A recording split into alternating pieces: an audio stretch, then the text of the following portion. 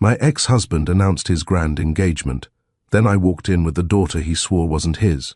The emerald silk whispered against marble floors as Yasmin Douglas stepped through the towering glass doors of the Frost Hotel's grand ballroom. 300 guests turned in perfect synchronization, champagne flutes, frozen halfway to painted lips, conversations dying mid-sentence. She moved forward with the confidence of a woman who had crawled through hell and emerged wearing designer heels, her hand gently holding that of a 6-year-old girl whose storm-grey eyes swept the room with innocent curiosity. Landon Frost stood at the center of it all, his arm wrapped around Priscilla Harrington's waist. Her 10-carat diamond engagement ring catching the light from the crystal chandeliers above. The moment his gaze landed on the child beside Yasmin, his champagne glass slipped from his fingers. The crystal met Italian marble with a sharp crack that sliced through the suffocating silence. "Daddy." The single word from the little girl's mouth detonated like a bomb in the pristine space. Welcome back to Mr. Steele Rich Stories, where we bring you the most incredible tales of betrayal, redemption, and shocking revelations. To our amazing family of over 4,000 subscribers, thank you for believing in these stories, for sharing them, for making this channel what it is today. If you're new here, you've just walked into something extraordinary. And if you know someone who's ever been falsely accused, someone who's been thrown away by the person who promised to love them forever, share this story with them right now. They need to witness what real vindication looks like. Have you ever stood accused of something so vile, so impossible, that defending yourself felt like screaming into a hurricane? Have you ever watched the person who vowed to trust you above all others choose to believe poisonous lies instead? Have you ever been discarded like yesterday's newspaper, your entire existence, erased from someone's life, as if the years you shared meant absolutely nothing? This is exactly what happened to Yasmin Douglas 6 years ago when her mother-in-law planted evidence of an affair that never existed. When her husband found that fabricated proof, he didn't ask questions. He didn't investigate. He didn't even give her 5 minutes to explain. Landon Frost, the man who had promised to love her until death, signed divorce papers and threw her out of his life like she was nothing more than a temporary inconvenience. What he didn't know, what his mother's carefully crafted deception prevented him from discovering, was that Yasmin was carrying his child. Now, 6 years later, that child stands in his engagement party, her DNA, a ticking time bomb about to obliterate every lie Eleanor Frost ever told. What happens when a wife deemed worthless returns as a force powerful enough to destroy empires?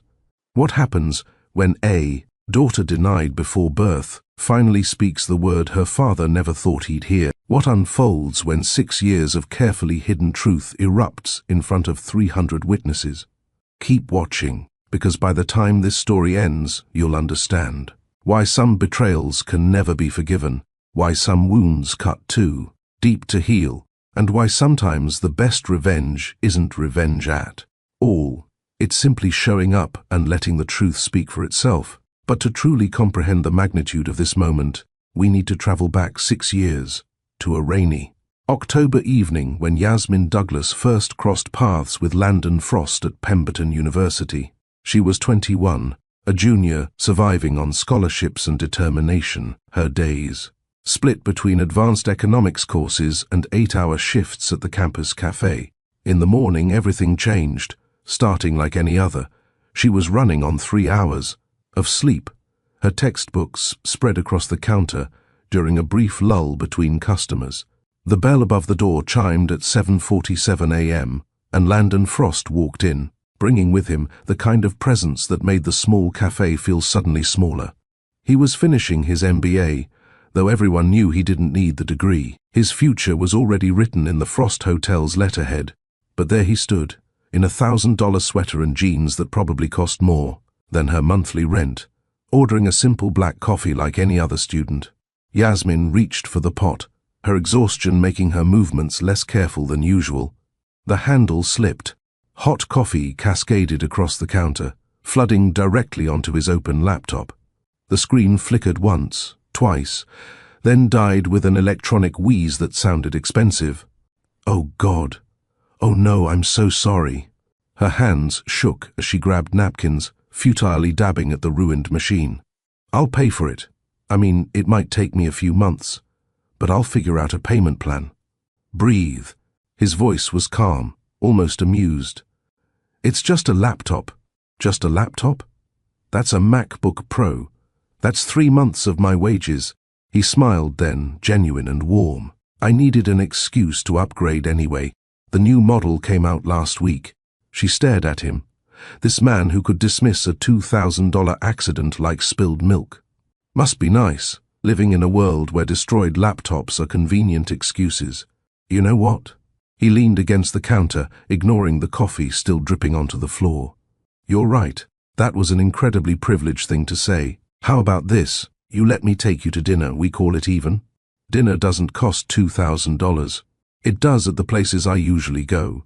Yasmin studied his face, searching for the mockery, the rich boy playing with the scholarship student, but his slate-colored eyes held only genuine interest and something that looked surprisingly like nervousness.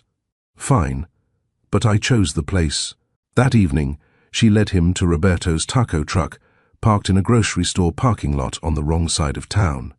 Plastic chairs wobbled on uneven asphalt.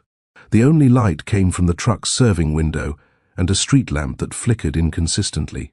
Landon Frost, heir to a hospitality empire, sat on a chair held together with duct tape and bit into his first authentic street taco. "This," he said, already reaching for his second, "is incredible. You don't have to pretend." "I'm not pretending. This is real food, not some deconstructed nonsense with foam and flowers, just real." He consumed 3 tacos with an enthusiasm that made her laugh. "The places my mother drags me to, they serve portions the size of quarters and call it sophisticated. This is honest." They talked until the truck closed, then kept talking, walking nowhere in particular. He told her about the weight of expectations, about board meetings at 16 and marriage prospects at 18. She told her about her father dying of cancer when she was 15, about choosing between textbooks and groceries, about dreams bigger than her bank account. "You must think I'm pathetic," he said, as they paused under that flickering streetlight. "Poor little rich boy, complaining about privilege." "I think you're lonely," she replied simply. "Money doesn't fix that." He kissed her then, sudden and sure, tasting like lime and possibility. When they broke apart, Yasmin touched her lips, knowing with absolute certainty that she was in trouble. Because boys like Landon Frost didn't end up with girls like her. The universe had rules about these things. "What are you thinking?" he asked. "That this is a terrible idea. The best ones usually are." For 2 years, they existed in a careful bubble, avoiding the places where his world intersected with hers. They studied in her tiny apartment instead of the library, ate at food trucks instead of restaurants with sommeliers. When they absolutely had to appear at university functions, they arrived separately, left separately, pretending the electricity between them didn't threaten to set the room ablaze. The whispers started anyway. Some called her a gold digger. Others called him rebellious, slumming it for the thrill. They let everyone assume what they wanted, protecting their truth behind a wall of misdirection. "Why don't you just tell people?" Yasmin asked one night, 18 months into their relationship. "Because the moment I do, my mother gets involved. And when Eleanor Frost gets involved, things tend to break." He was right. When Eleanor finally learned about Yasmin, through a photo someone posted online. Landon's arm around Yasmin at her graduation, the war began immediately. "She's after your money," Eleanor declared, arriving at Landon's apartment unannounced. "Girls from her background always are. She sees you as a lottery ticket. You don't know her." "I don't need to know her. I know her type. Father died when she was young, daddy issues. Working class mother, social climber, scholarships and student loans, desperate. She's calculated exactly what you're worth and decided you're her ticket out." "Stop." Landon's voice carried a warning Eleanor chose to ignore. "When she gets pregnant, and she will, they always do, she'll have trapped you. 18 years of child support, at minimum. More if she can stretch it. Get out." Eleanor stood, smoothing her designer suit. "When this ends badly, and it will, Remember that I tried to warn you." 3 months later, Landon proposed in Yasmin's apartment, kneeling on her second-hand rug with a ring that cost more than her student loans. "I choose you," he said. "Over all of it, over all of them. You're my family now." They married at City Hall on a Tuesday afternoon in early spring. Their witnesses were strangers pulled from the hallway, a retired teacher and a postal worker on his lunch break. Yasmin wore a simple white dress from a department store, the kind with a clearance tag still tucked inside the zipper. Landon wore the smile of a man who'd finally found home. Not a single member of the Frost family attended. "I, Landon, take you, Yasmin, to be my wife," he said, his voice steady. "And sure, despite the fluorescent lights and bureaucratic setting, I promise to love you when the world makes sense and when it doesn't. I promise to choose you over every expectation, every tradition, every voice that says we don't belong together. I promise that. Your dreams become my dreams, your fights become my fights. I promise that no matter what comes, we face it together. You're not just my wife. You're my rebellion, my freedom, my truth. Forever." Yasmin's vows were simpler, choked with tears she couldn't contain. "I promise to love you exactly as you are. Not the heir, not the empire, not the name, just you. I promise to be your safe place when the world demands too much. I promise that our family, the one we're creating right now, matters more than the one that rejected us. Forever." The justice of the peace pronounced them married. The strangers applauded, and Landon kissed her like she was oxygen and he'd been drowning. They moved into a modest apartment in a neighborhood that made Eleanor's friends clutch their pearls. 2 bedrooms, creaky floors, a kitchen barely big enough for one person, let alone 2. But it was theirs, paid for with Landon's trust fund that Eleanor couldn't touch, filled with second-hand furniture and the kind of happiness that money couldn't buy. "You could have anything," Yasmin said one evening, watching him assemble a bookshelf from a discount store. "Penthouse apartments, designer everything. Instead you're here building furniture that came in a box." He looked up from the incomprehensible instructions, a screwdriver in one hand. "I have everything. I have you." Those early months of marriage felt like living inside a secret. They were deliriously happy in their small space, cooking dinners together, falling asleep tangled. On a couch too small for 2 people, building a life that belonged to no one but them. Landon still worked at Frost Hotels. His mother had made sure he couldn't escape that obligation. But he came home every night to their tiny apartment instead of the family estate. Eleanor tried everything to break them. Surprise visits where she'd wrinkle her nose in their neighborhood. Job offers for Yasmin in other cities, complete with signing bonuses that were obviously bribes to leave. Invitations to family events that specifically excluded Yasmin. Landon refused them all. "She'll never accept this," Yasmin said after a particularly vicious confrontation where Eleanor had suggested Yasmin was only with Landon because she lacked other options. "Then she'll miss out on knowing the most extraordinary woman I've ever met," Landon replied, pulling her close. "You're worth every burned bridge, every family dinner I skip, every disapproving look. You're worth all of it." Standing in their small kitchen, hearing those words, Yasmin finally believed. She'd spent 2 years waiting for him to wake up, to realize she wasn't. Tea worth the family drama, the disinheritance threats, the social exile. But there he stood, choosing her again and again, making that choice not just once but daily. "I love you," she whispered against his chest. "I love you more." "Impossible." He tilted her chin up, his grey eyes serious. "Before you, I was sleepwalking through a life someone else designed. You woke me up. You showed me what real means, what matters. My mother can hate it all she wants. You're the best decision I've ever made." The cracks, when they came, were so small at first that Yasmin almost missed them. A phone call from Eleanor that Landon took on the balcony, his voice tense. A family obligation he couldn't avoid, coming home with his shoulders tight and his smile forced. The credit card was still linked to the family accounts because, as he explained, it was easier than fighting about it. "She's your weakness," Yasmin observed one evening, 6 months into their marriage. "She's my mother, and I'm your wife." He pulled her close, kissed her forehead. and you always will be. Nothing she says or does will change that. But Eleanor Frost was patient. She understood that direct attacks had failed, so she shifted tactics. The poison she began dripping was subtle, almost invisible. A casual mention during a required family dinner, "I saw Yasmin having coffee with a man yesterday. At that cafe near your apartment. They seemed quite friendly. She has friends, Mother. Of course. I'm sure it's nothing." But the seed was planted. The next week, that same man gave her a ride home. I happened to be driving past, very considerate of him. Her car broke down last month. People give her rides, naturally. Though I did notice he had his hand on her back as they walked to the building.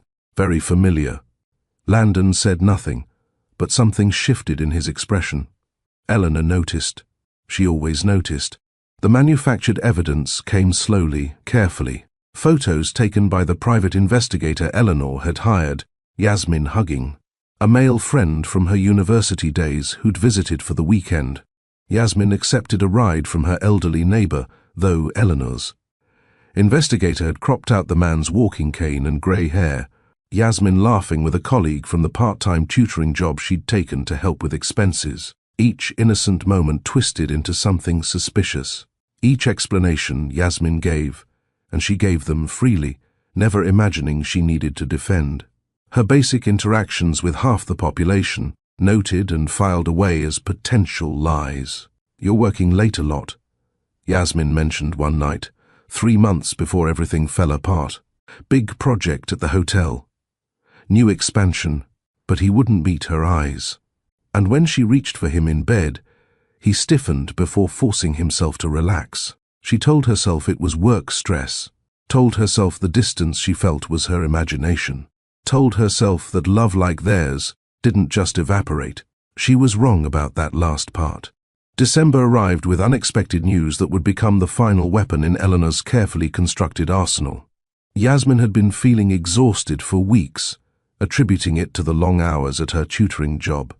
The nausea she blamed on stress. The missed period she blamed on her irregular cycle.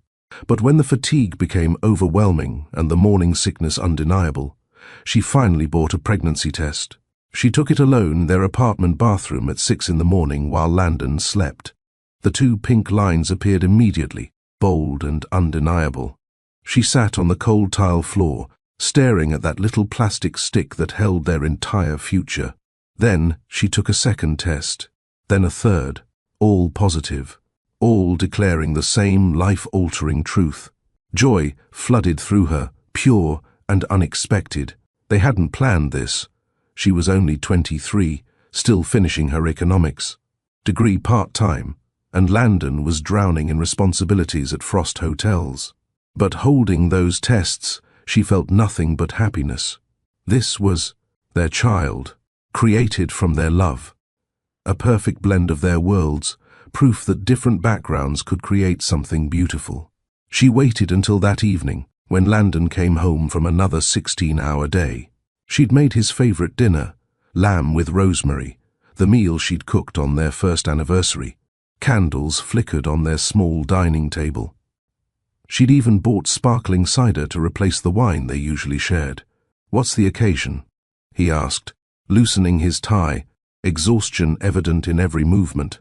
She handed him a small box wrapped in silver paper. Inside, nestled in tissue, lay the positive pregnancy test and a tiny pair of yellow baby socks. "We're having a baby." The color drained from his face like water from a broken glass. For 3 heartbeats he stood frozen, staring at the contents of the box. Then, quietly, barely above a whisper, "Are you sure?" "I took 3 tests. I have a doctor's appointment scheduled for next week, but yes, I'm sure." He set the box down carefully, as if it might explode. Then he pulled her into his arms, but the embrace felt wrong, too tight, like he was. Holding on to something slipping away, rather than celebrating something beginning. "This is unexpected," he said into her hair. "But good." She pulled back to see his face, searching those grey eyes she loved. "This is good, right?" Something flickered in his expression, doubt, fear, something she couldn't name. But then he smiled, though it didn't quite reach his eyes. "Of course it's good. It's just a lot to process. She dismissed the unease crawling up her spine, telling herself he was just shocked, overwhelmed. Men processed things differently. He'd come around. He'd be thrilled once the surprise wore off. She had to believe that because the alternative, that he didn't want their child, was unbearable. That night, as she lay in bed listening to Landon's breathing, Yasmin didn't know that Eleanor had already begun the final phase of her plan. Didn't know that her pregnancy had just given her mother-in-law the perfect opportunity to destroy their marriage completely. Didn't know that in 3 months she'd be signing divorce papers, while 7 months, pregnant with a daughter, her husband would spend the next 6 years denying existed. All she knew was that she'd never been happier, never felt more complete. She was married to the love of her life, carrying their child, building a future that felt solid despite its modest foundation. Sometimes the cruelest betrayals come wrapped in happiness, striking at the exact moment when you finally let yourself believe everything will be okay. If you're already feeling invested in Yasmin's story, drop a heart in the comments. But trust me, you're not ready for what happens next. The poison began so subtly that neither Yasmin nor Landon recognized it as deliberate. Eleanor had hired a private investigator the day after learning about the pregnancy, determined to find something, anything, to protect her son from what she saw as a trap. "I'm concerned about the timing," Eleanor mentioned casually during one of her forced weekly dinners with Landon. "You were in Singapore for 3 weeks in February. When did the doctor say conception occurred?" "Around Valentine's Day. But you were 12,000 miles away on Valentine's Day." Landon set down his fork, his jaw tightening. "I came home early, surprised Yasmin with champagne and roses. We spent 4 days together before I flew back to finish the negotiations. Did you?" Eleanor's tone was carefully neutral. "How strange. I have your corporate travel records right here. You didn't return until February 24th. She slid a folder across the table. Inside, flight manifests, hotel records, expense reports, all showing Landon in Singapore, from February 3rd through February 24th, with no interruption. What Landon didn't know was that Eleanor had paid handsomely to have a second set of records destroyed. The flights showing his February 13th return to Seattle. The hotel cancellation from February 14th through 17th. The flower shop receipt from Valentine's morning, all erased, as if that romantic surprise had never happened. "I remember coming home," Landon said, but doubt crept into his voice. "I remember the champagne, the weekend we spent—" "Memory is a funny thing," Eleanor interrupted gently. "Sometimes we remember what we want to be true rather than what actually happened, especially when we're faced with uncomfortable realities." The seed was planted. Over the following weeks, Eleanor watered it carefully. Photos of Yasmin talking to men, all innocent, all explainable, but presented in the worst possible light. A colleague helped her carry groceries. A university friend visiting for coffee. Her neighbor's nephew gave her a ride to a doctor's appointment. "I'm not saying anything happened," Eleanor would insist. "I'm just saying you should pay attention. Women in her situation sometimes have contingency plans." Landon started working late, his mind churning with doubts he hated himself for having. When Yasmin reached for him at night, he'd stiffen before forcing himself to respond. When she talked about baby names, he'd change the subject. The growing distance between them felt like a chasm opening beneath their marriage, and Yasmin couldn't understand why. "What's wrong?" she asked one morning, finding him staring at her from across their small kitchen. She was 4 months pregnant now, just beginning to show. Nothing. Just thinking about work. But his eyes held questions he wouldn't voice, doubts he couldn't shake. He looked at her like she was a stranger wearing his wife's face, like every word she spoke might be a lie. She tried everything to bridge the gap. Cooked his favorite meals that went half-eaten. Bought books about fatherhood that sat untouched on his nightstand.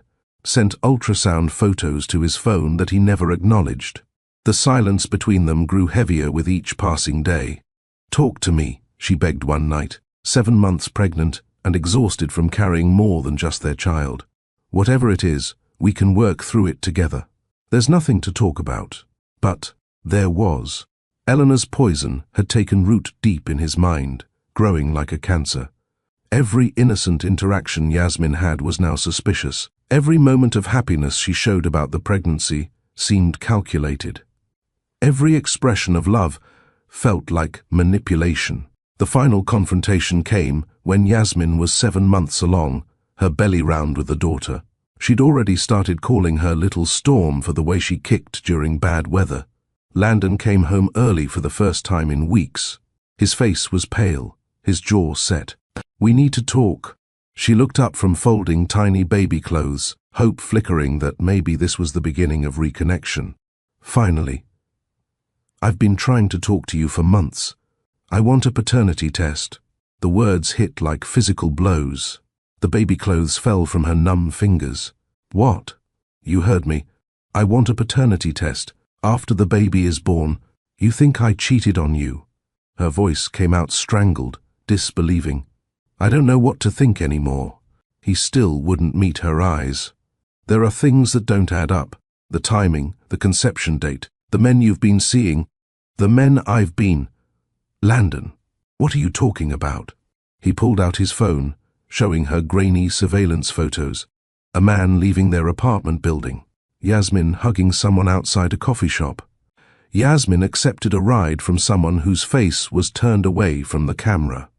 February 14th. While I was in Singapore, Yasmin stared at the first image, her mind racing. Then it clicked. "That's David Thompson, the plumber. Our kitchen sink was flooding the downstairs neighbor's apartment, remember? I called you about it." "Convenient." "Convenient?" Her voice broke. "Landon, you came home that night. You surprised me with roses and champagne. We spent 4 days together. That's when we conceived this baby. I never came home early from Singapore." His voice was flat, certain. "Yes, you did. February 13th, you walked through that door with the biggest smile I'd ever seen." "Stop lying." The shout erupted from him, sharp and sudden. "My mother showed me the records. I was in Singapore the entire time. I have proof." "Your mother?" The pieces clicked into place with horrible clarity. "Is this Eleanor's doing? You're believing her over me?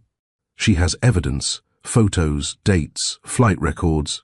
I don't care what evidence she manufactured. I'm telling you the truth. I love you. I'm carrying your child." But Landon had already turned away, his mother's poison too deep in his veins. "We'll do the test after the baby is born. Until then, I need space to think." He left their apartment that night. Yasmin stood alone in the nursery they'd been preparing together, surrounded by tiny clothes and broken dreams, feeling their marriage crumble beneath the weight of lies she couldn't fight. 6 weeks before her due date, Yasmin woke to contractions that felt like her body was being torn in half. The digital clock beside the bed read 2:34 a.m., its red numbers glowing in the darkness. She reached for Landon's side of the bed, but her hand met only cold sheets. He hadn't come home. Again. Another contraction hit, stronger this time, stealing her breath. She fumbled for her phone, her hands shaking as she dialed his number. It rang 6 times before going to voicemail. She tried again. Same result. On the 3rd attempt, he answered. "Yasmin, it's almost 3 in the morning. The baby's coming." Her voice came out thin, frightened.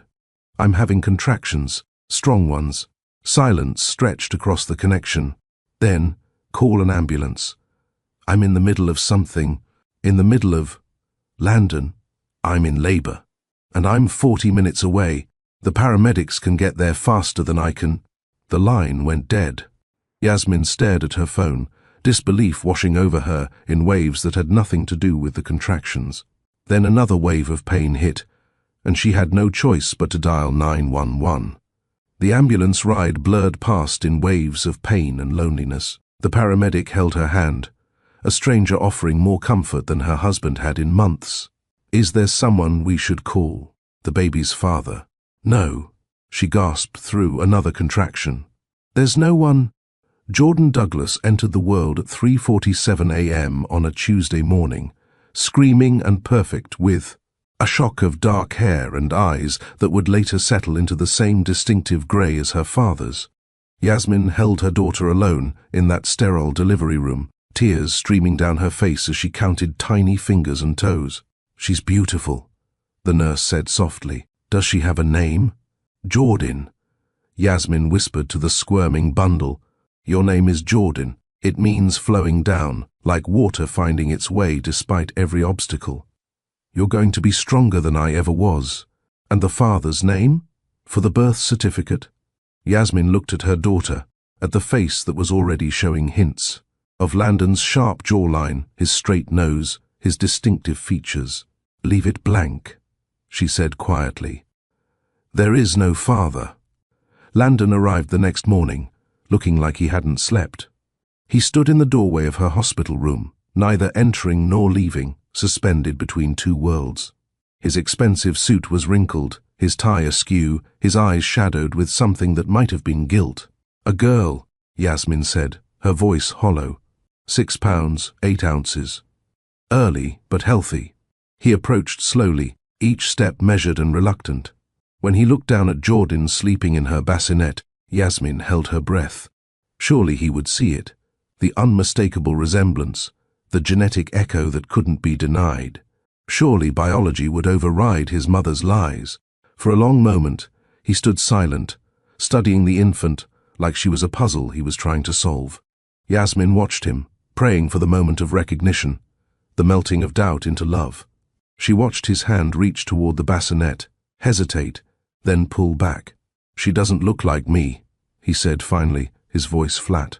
The words fell like stones into still water, sending ripples of devastation through Yasmin's chest. "She's a newborn. She looks like a newborn.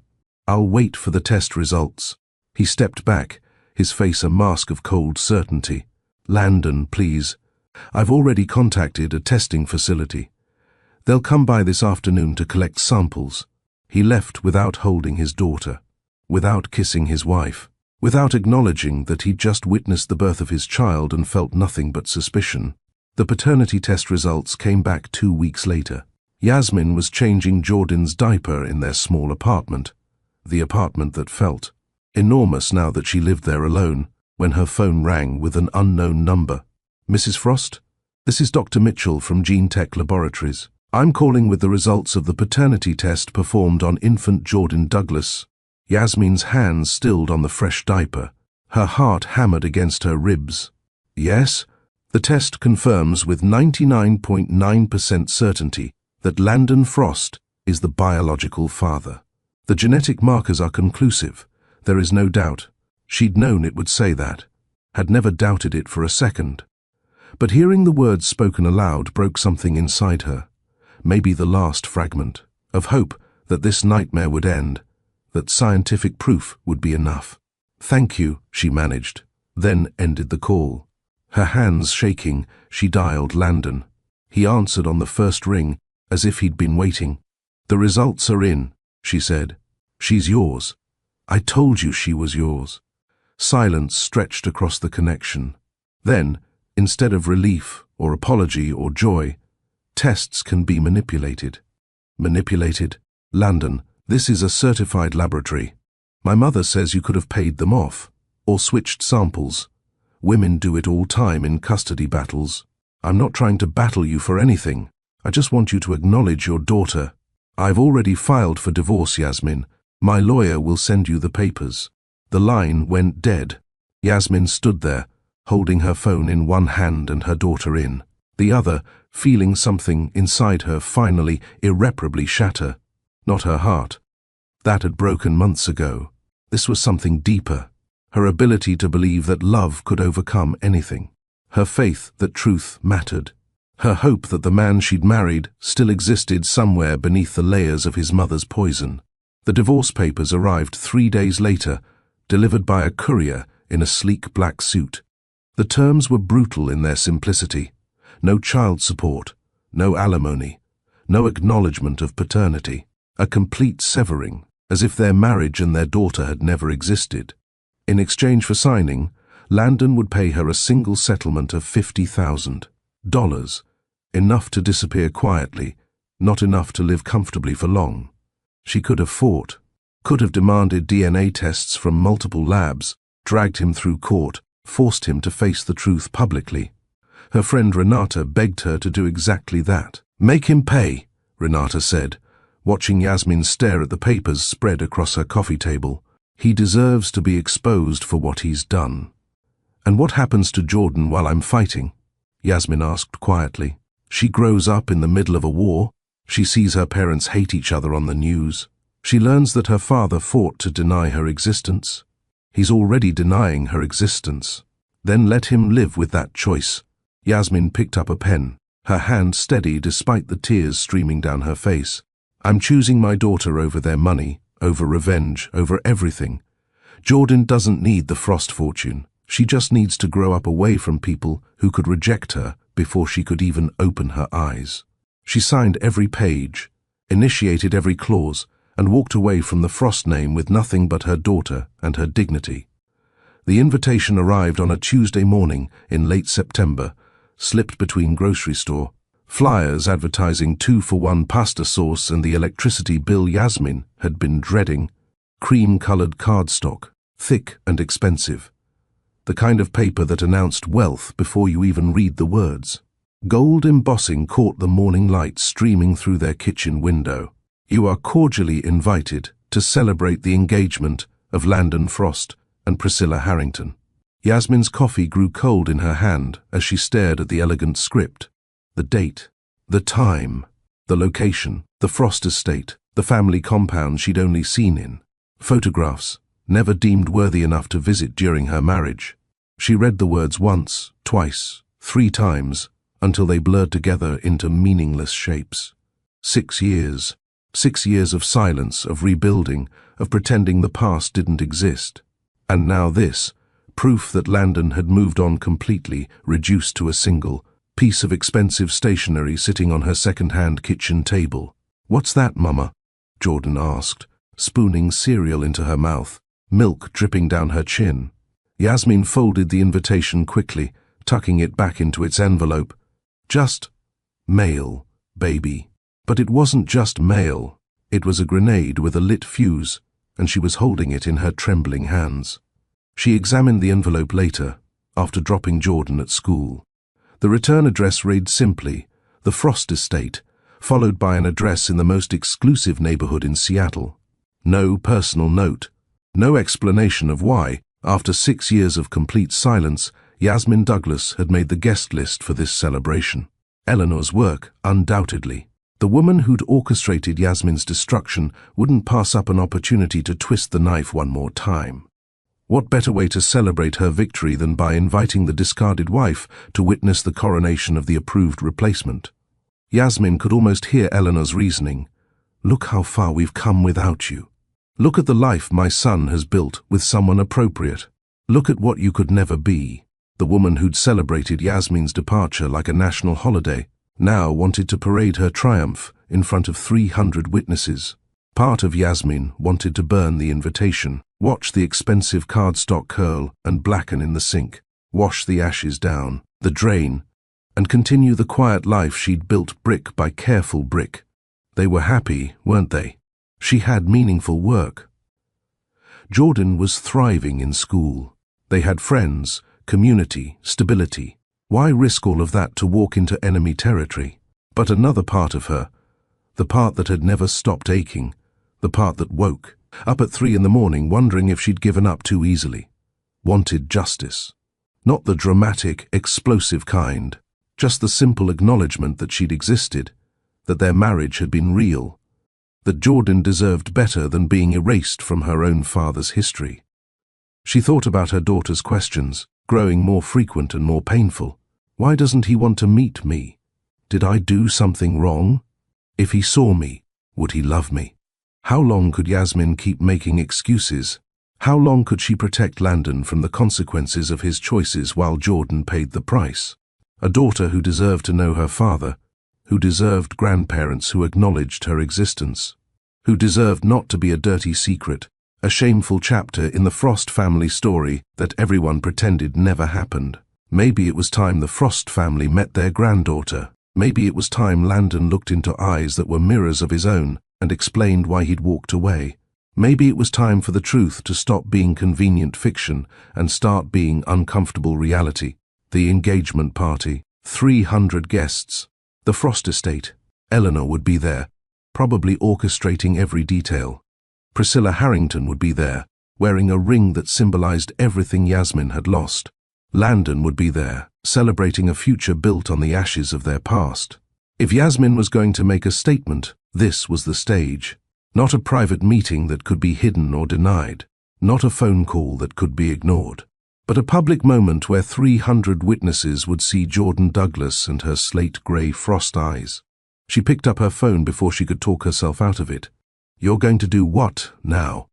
Renata's voice climbed an octave. "I'm going to the engagement party, and I'm bringing Jordan." Silence stretched across the connection.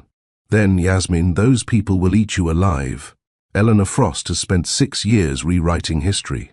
She's not going to welcome you with open arms." "I'm not going for a welcome.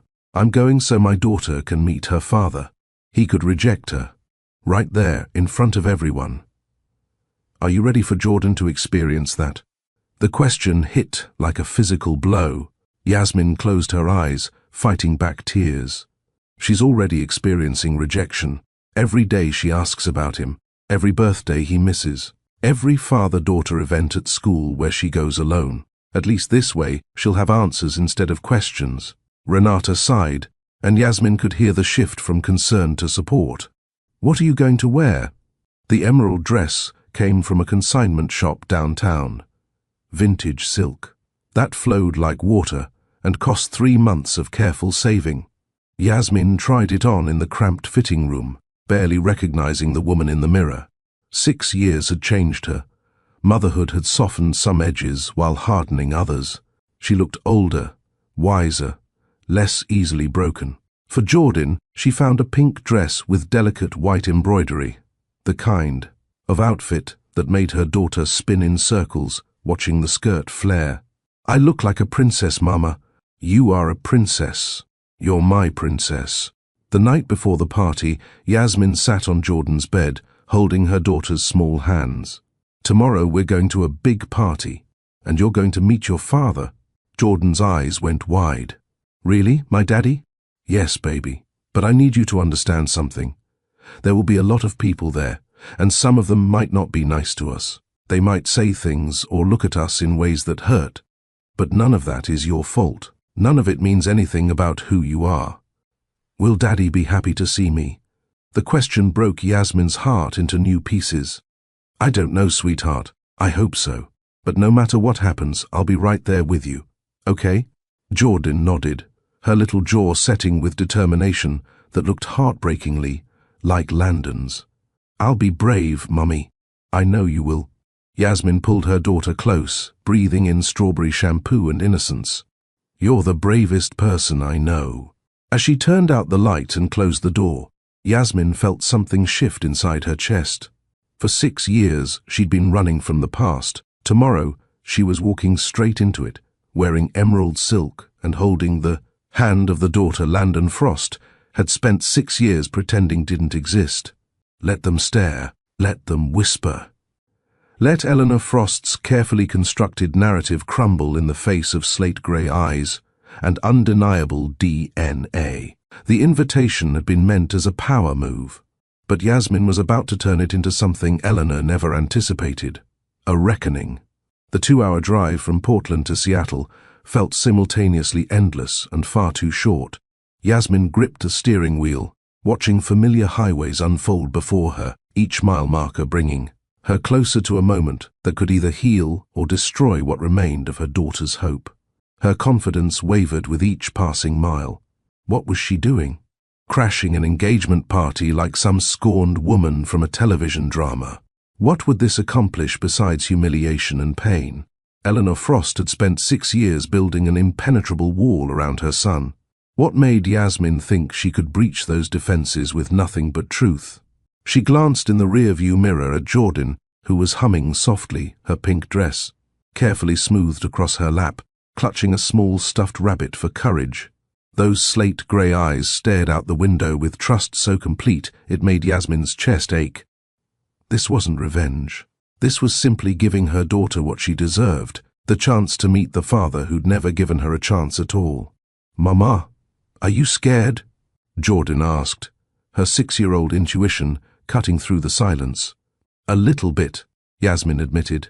But sometimes we do scary things because they're right. Will Daddy like me? Baby, if he doesn't, that's his loss. Not yours. Remember that, okay?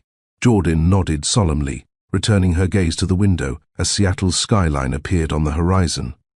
The Frost estate sprawled across 5 acres of manicured perfection in the city's most exclusive neighborhood. Valets in crisp uniforms directed luxury vehicles into organized rows. Bentleys, Mercedes, Teslas worth more than most people's houses. Guests emerged in designer clothes that cost more than Yasmin's monthly rent, jewels glittering under the early evening sun. Yasmin pulled her modest sedan into line, feeling the weight of judgment even before the valet opened her door. She helped Jordan out, smoothing her daughter's dress, adjusting her own emerald silk one final time. The mansion loomed before them, exactly as she'd seen in photographs during her marriage, all marble. Columns and towering windows, the kind of obscene wealth that announced itself without apology. Landon had grown up here, in this palatial monument to the Frost legacy. No wonder he'd never understood what it meant to struggle. She squared her shoulders, took Jordan's small hand in hers, and walked toward the entrance. One step, another. Each one requires more courage than the last. The doorman checked their invitation, his eyes flickering with recognition, before he carefully schooled his features into professional neutrality. Welcome to the Frost estate. Entry granted.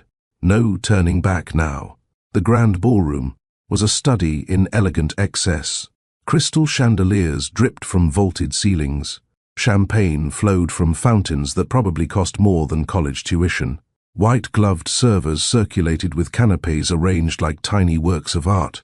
300 guests mingled in designer formal wear, their laughter tinkling through air perfumed with expensive flowers. Every surface reminded Yasmin of the life she'd almost had, the world she'd almost belonged to before Eleanor decided she wasn't worthy. She scanned the room, her heart hammering against her ribs. Then she saw her, Eleanor Frost, holding court near the terrace doors in a silver gown that probably cost 5 figures. Older. Now, her hair more silver than dark, but still regal, still commanding, still every inch the matriarch who'd destroyed Yasmin's marriage with calculated precision. Then Yasmin saw him. Landon stood at the center of the room like a king in his domain. One arm wrapped around Priscilla Harrington's impossibly small waist. She was everything Eleanor had wanted, willowy and blonde, her family tree traceable. To the Mayflower, her trust fund substantial enough to need its own accountant. She wore a 10-carat diamond engagement ring that caught the light with every delicate gesture. And Landon looked the same. 6 years had barely touched him.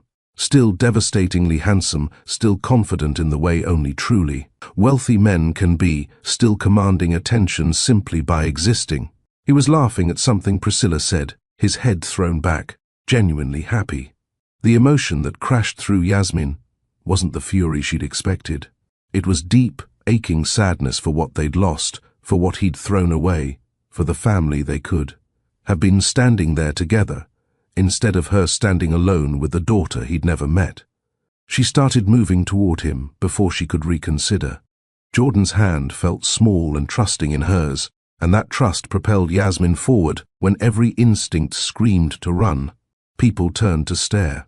She felt their eyes like physical touches, felt the whispers rippling through the crowd as recognition spread. That's her. That's the ex-wife. What is she doing here? Does Eleanor know? Yasmin kept her chin high, her steps steady, her daughter close, 20 feet away. 15, 10. Landon saw her. His smile faltered mid-laugh. The color drained from his face like water from a broken glass. His champagne flute froze halfway to his lips. For 3 heartbeats, he stood completely still, as if his brain couldn't process what his eyes were seeing. Yasmin. The word emerged barely above a whisper, disbelief, and something that might have been pain coloring his voice. She stopped 5 feet away, holding his gaze with 6 years of strength she'd built without him. Hello, Landon. Congratulations on your engagement. Her voice carried clear and steady through the suddenly silent room. I thought it was time you met your daughter." The room went silent. 300 pairs of eyes shifted between them, the discarded wife and the man who'd discarded her. The weight of their collective stare pressed down like atmospheric pressure before a storm. Landon's gaze dropped to the child standing beside Yasmin. Jordan looked up at him with eyes that were mirrors of his own, her small face, a perfect blend of his sharp features and Yasmin's delicate bone structure. "Daddy." Jordan's voice, soft and hopeful and devastating in its innocence, echoed through the marble hall. Landon flinched like the single word had been a physical blow. His champagne glass slipped from his fingers, shattering against Italian marble with a sound like breaking bones. Eleanor's voice cut through the silence, sharp and commanding. "Security! Remove this woman immediately. This is a private event." "Wait." Landon's hand raised, silencing his mother mid-sentence. His eyes never left Jordan's face. He stepped away from Priscilla, ignoring her confused Landon. He moved toward Jordan like a man in a dream, or maybe a nightmare, his movements slow and uncertain. Then he knelt, bringing himself to her eye level. For a long moment he simply stared, taking in every detail. The slate-grey eyes, his eyes, staring back at him. The stubborn chin he saw in the mirror every morning. The curious head tilt that was pure frost. 6 years of denial crashing against undeniable biological truth. "I," he said, his voice rough. "What's your name?" "Jordan Douglas." She spoke clearly, the way Yasmin had practiced with her. "Mommy says, I have your eyes." Something broke in Landon's expression, all the carefully maintained certainty, all the comfortable lies, all the years of believing his mother's poison over his own capacity for judgment. His hand reached toward her cheek, trembling, then dropped. "She's mine." The words emerged, choked. Not a question, but a realization spoken aloud. "She's really mine." "She always was," Yasmin said quietly, every word weighted with 6 years of pain. "You just chose not to believe it." The grand ballroom erupted into controlled pandemonium. Priscilla Harrington fled toward the exit, her designer heels clicking, frantically against marble, mascara streaming down her perfect cheekbones. Her mother followed, already on the phone with what sounded like their family lawyer. The 10-carat engagement ring sat abandoned on a side table, forgotten in the wreckage. Eleanor Frost stood frozen, her carefully constructed world crumbling around her like a sandcastle before the tide. "This is absurd," she announced to no one in particular, her voice shrill with desperation. "Landon, tell them. Tell everyone this child isn't yours. Tell them this woman is delusional." But Landon wasn't listening. He remained kneeling on the floor, staring at Jordan like she was a miracle he'd stopped believing in. Guests scattered like startled birds, their whispers already forming. The scandal that would dominate Seattle society pages for months. The engagement party had become something else entirely, a public reckoning, a family implosion, a truth finally too large to contain. The string quartet had stopped playing. Servers stood uncertain with trays of untouched champagne, and at the center of it all, a father met his daughter for the first time while 300 witnesses watched history rewrite itself.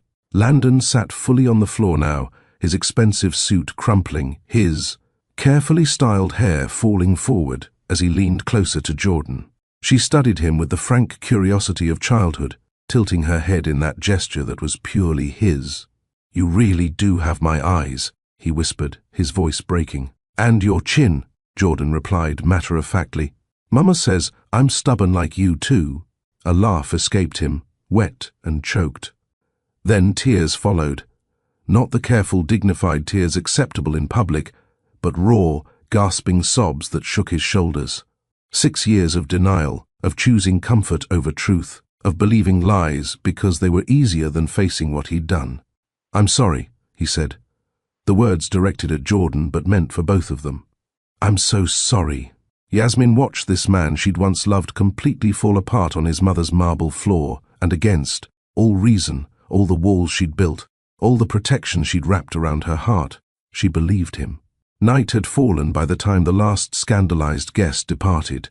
Jordan slept upstairs in one of the estate's guest rooms, exhausted, by the evening's drama and her grandmother's reluctant hospitality. Eleanor had retreated to her study, defeated for perhaps the first time in her imperious life. Landon and Yasmin stood on the terrace, fairy lights illuminating gardens that looked too perfect to be real. The same moon that had witnessed their first kiss now watched them navigate the wreckage of what they'd lost. "I should have trusted you," Landon said, his voice hollow. "I should have trusted what we had. Our marriage, our love. It should have been stronger than any doubt. But it wasn't. No, it wasn't." He leaned against the stone balustrade, staring into darkness. "My mother showed me those photos, those flight records, and I let myself believe her. Because part of me had always been waiting for the other shoe to drop. Part of me never believed someone like you could really love someone like me." "Someone like me?" Yasmin's voice carried 6 years of hurt. "You mean someone poor? Someone without the right pedigree? Someone real?" he corrected quietly. "Everyone in my world wears masks. But you never did. You were honest and genuine, and I kept waiting for the performance to crack, for the truth underneath to be something uglier. When my mother offered me that truth, that you'd been using me all along, it almost felt like relief." The confession hung between them, brutal in its honesty. "The paternity test came back positive," Yasmin said. "You saw the results." "I saw them. And my mother convinced me you'd somehow manipulated them, paid off the lab, switched samples. She had an answer for everything, and I wanted to believe her because believing you meant admitting I'd destroyed our marriage for nothing. You were a coward." "I was a coward," he agreed without hesitation. Yasmin turned to face him fully, the fairy lights casting shadows across features he'd once known better than his own. "What have you done, Landon? Really think about it. What did you throw away?" "I threw away the best thing that ever happened to me." His voice cracked. "I threw away my family. I threw away a wife who loved me despite my weakness, despite my privilege, despite my inability to stand up to my mother. I threw away a daughter I never even gave a chance to. I threw away 6 years I can never get back." "I loved you," Yasmin whispered, the admission costing her everything, more than I've ever loved anyone. "You were my safe place, my home, my future. When you threw me away, you took all of that with you. Loved." Past tense. She nodded, tears slipping down her cheeks. "It's been 6 years. I had to survive. Loving you was killing me, so I had to learn to stop. I couldn't afford to love you anymore." "I want to know her," Landon said, after a long silence. "Jordan, I want to be her father. I have no right to ask for your forgiveness. I definitely have no right to ask for anything more. But please, let me be part of her life.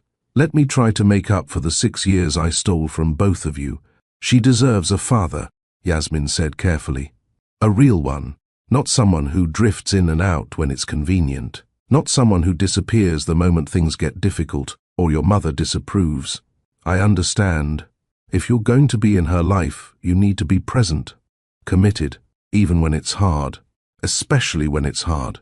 Because I won't let you break her heart the way you broke mine. Whatever it takes," he promised, and something in his eyes suggested he meant it. "However long it takes to earn your trust again. It might take forever. Then, I'll spend forever trying. Maybe some wounds heal with time. Maybe some doors once closed can find their way to opening again. Maybe forgiveness is possible even after the deepest betrayals, if the person seeking it is willing to do the work of redemption." The story of Yasmin Douglas and Landon Frost wasn't over. It had just been interrupted for 6 years. What came next would depend on choices not yet made, on trust slowly rebuilt brick by careful brick, on a little girl with slate-grey eyes who deserved better than the abandonment that had defined her beginning. For now, Yasmin had everything she needed. The truth was free. Jordan would know her father. And maybe, just maybe, something new was struggling to take root in the ashes of what had burned. Whether it would bloom or wither, only time would tell. Here's what this story teaches us. Sometimes the truth takes years to surface, but it always finds its way into the light. You can bury it, deny it, build elaborate lies around it, but truth is patient and persistent, and it will eventually demand to be heard. Never let fear or pride cost you the ones you love. Landon chose his mother's approval over his wife's truth, and it cost him 6 years with his daughter. Those years are gone forever, lost to pride and weakness. Second chances are precious and rare. Earn them through action, not just words. Landon's promise means nothing without follow-through. Real redemption requires showing up consistently, even when it's difficult. Protect your children fiercely, but never close the door entirely on redemption. Yasmin could have denied Landon access to Jordan out of hurt and anger. Instead, she chose what was best for her daughter, even though it meant risking her own heart. And finally, people can change if they truly want to. The question is never whether change is possible. It's whether the person is willing to do the uncomfortable work of transformation. Thank you for staying with this story until the very end. These tales of heartbreak and healing, of truth and redemption, they matter because they remind us that we're all capable of both devastating mistakes and remarkable courage. If this story moved you, touched you, or reminded you that truth always wins in the end, hit that subscribe button and join the Mr. Steele Rich Stories family. We're building a community of people who believe in second chances, who understand that life is complicated, and who know that sometimes the most powerful thing you can do is simply show up with the truth. Drop a comment below. Do you think Yasmin should give Landon another chance? Has he earned the right to redemption, or are some betrayals too deep to forgive? I genuinely want to hear your thoughts on this. Share this video with someone who needs to hear that it's never too late for truth to set you free. Someone who's hiding from their past, someone who's afraid to face what they've done. Someone who needs to know that redemption is possible if you're brave enough to reach for it. And stay tuned, because next time we have a story that will leave you absolutely speechless. A tale of deception so intricate, revenge so perfectly executed, that you'll be talking about it for days. You definitely don't want to miss it. Until then, remember, your story isn't over. It's just getting started.